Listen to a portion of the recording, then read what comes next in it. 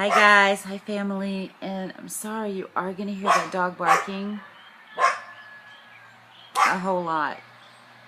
Sorry, you're just going to have to listen to the dogs bark and the cars go by and the birds singing, but you don't mind the birds singing so much because I sure don't. But that dog over there, oh my geez, if he sees anyone out here, he just will not stop barking. So maybe if I'm a little bit quieter, he will stop barking after a minute, hopefully. I'm sorry for the shakiness in that other video. I was in my lap and gesticulate with my hands a whole lot, so it might have been a bit shaky. I apologize, you guys, but now I have it on firmer controls here, so I hope it's less shaky for you. But I was talking about how Roland and I are going to be able to go tomorrow to our lawyer's office and sign a document that is going to make us homeowners without a mortgage. And how for 10 years we've been working on this, so it's not overnight. And I don't know about folks calling it a homestead and all that business. Okay, so it's about 3.5 acres, you guys. And okay, let's say homesteading, because that seems like to be the popular buzzword right now. But I don't want to call it homesteading. I don't know. Maybe homesteading. Anyway, it's 3.5 acres. It's in Savannah, on the outskirts of Savannah still, because I couldn't pay cash for a house that was acceptable in Savannah. Let's just leave it at that. So my husband and I have been planning for 10 years. We'd go, and I talked about we'd go and sit down in restaurants and we'd take our notebook and we would dream. And about 10 years ago, we were looking at really nice houses. I'm talking really, really nice houses. And we were just like, oh man, we could have this beautiful home for $300,000. And I didn't want to do that. I didn't want my husband to have to work every weekend of his life. You know, we've been working really hard. We were married very young, started having children right away, and we've been working super, super hard. And so, you know, we wanted to slow down a little bit as we got older. And so we have been finally able to do that. So when I bought my home 10 years ago, I bought a fixer-upper. I bought a home that was a foreclosure. So we were mainly looking at foreclosures back about 10 years ago. And we came across this house, and it was a foreclosure. It was actually a short sale. And our realtor at the time was super nice, super nice guy.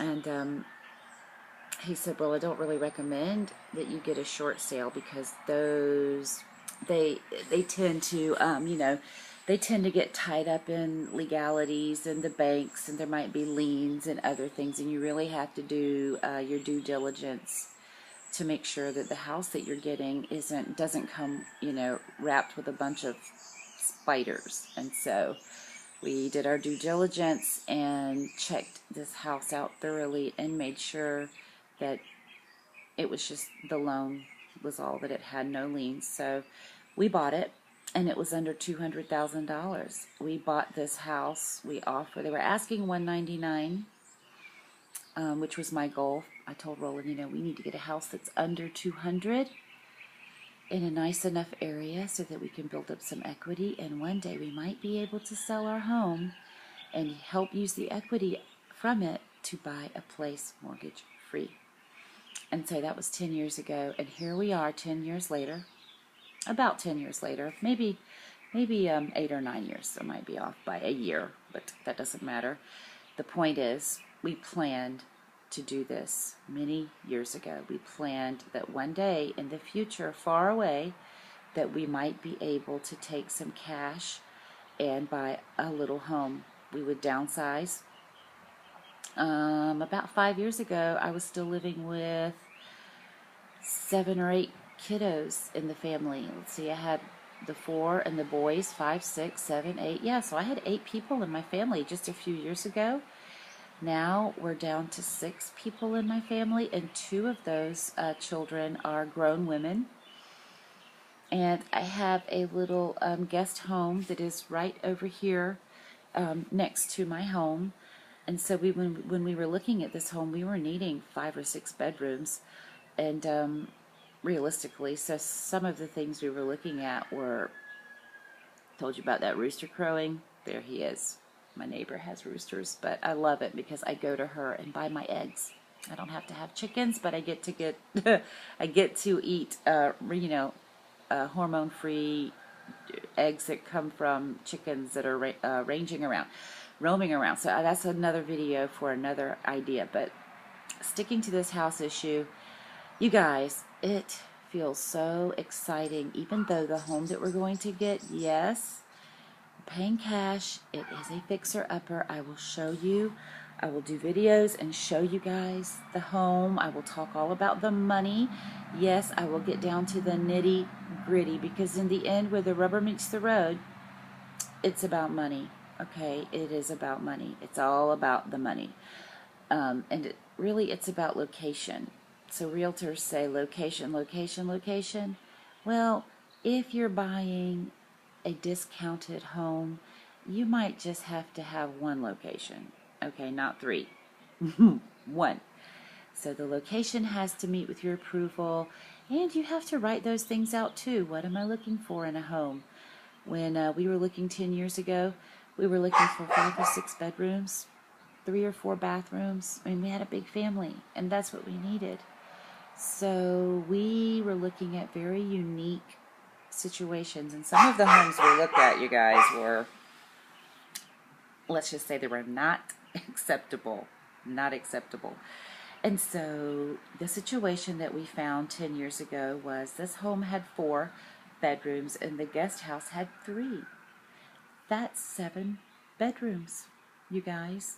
And a few of our children at the time, when we moved here 10 years ago, were in adulthood, and they could live on their own over in a home that was right next to mine.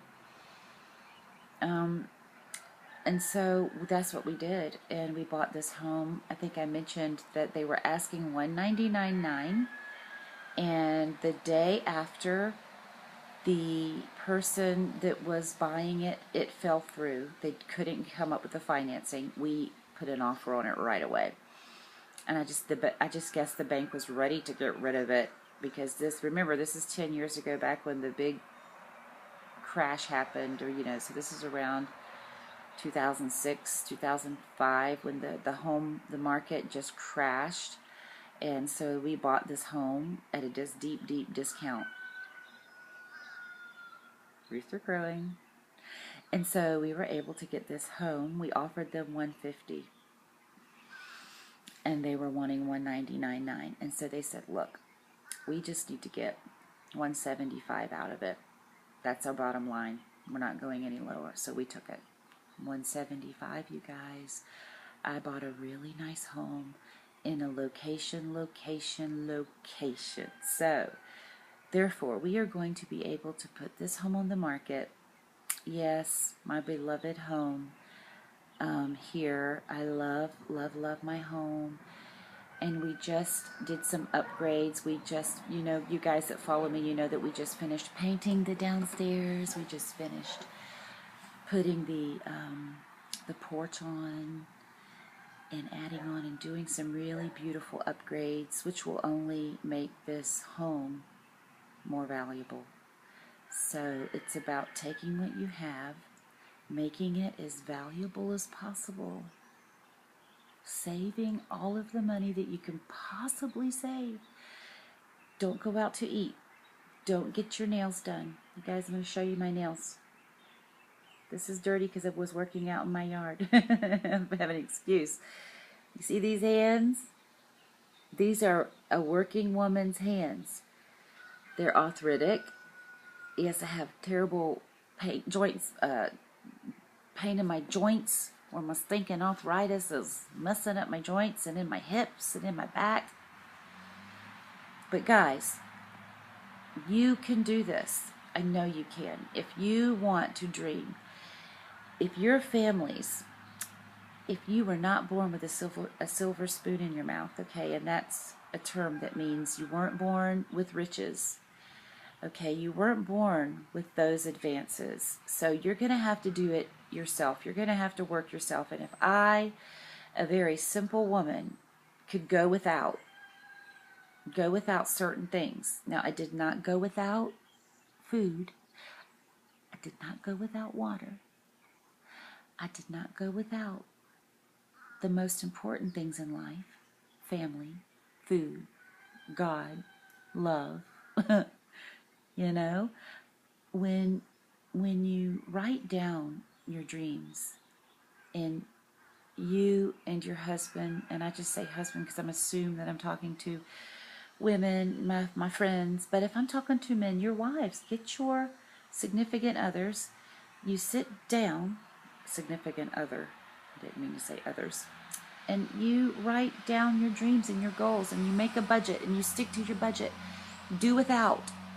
I'm not talking about you do without medical care or necessities. I'm saying you do without frou-frou. You do without the extras. And I'm going to come on in a third part video and talk more about how you can attain your dreams, how your dreams are attainable. Don't believe that they're not. Okay, I'm going to come back on. Bye.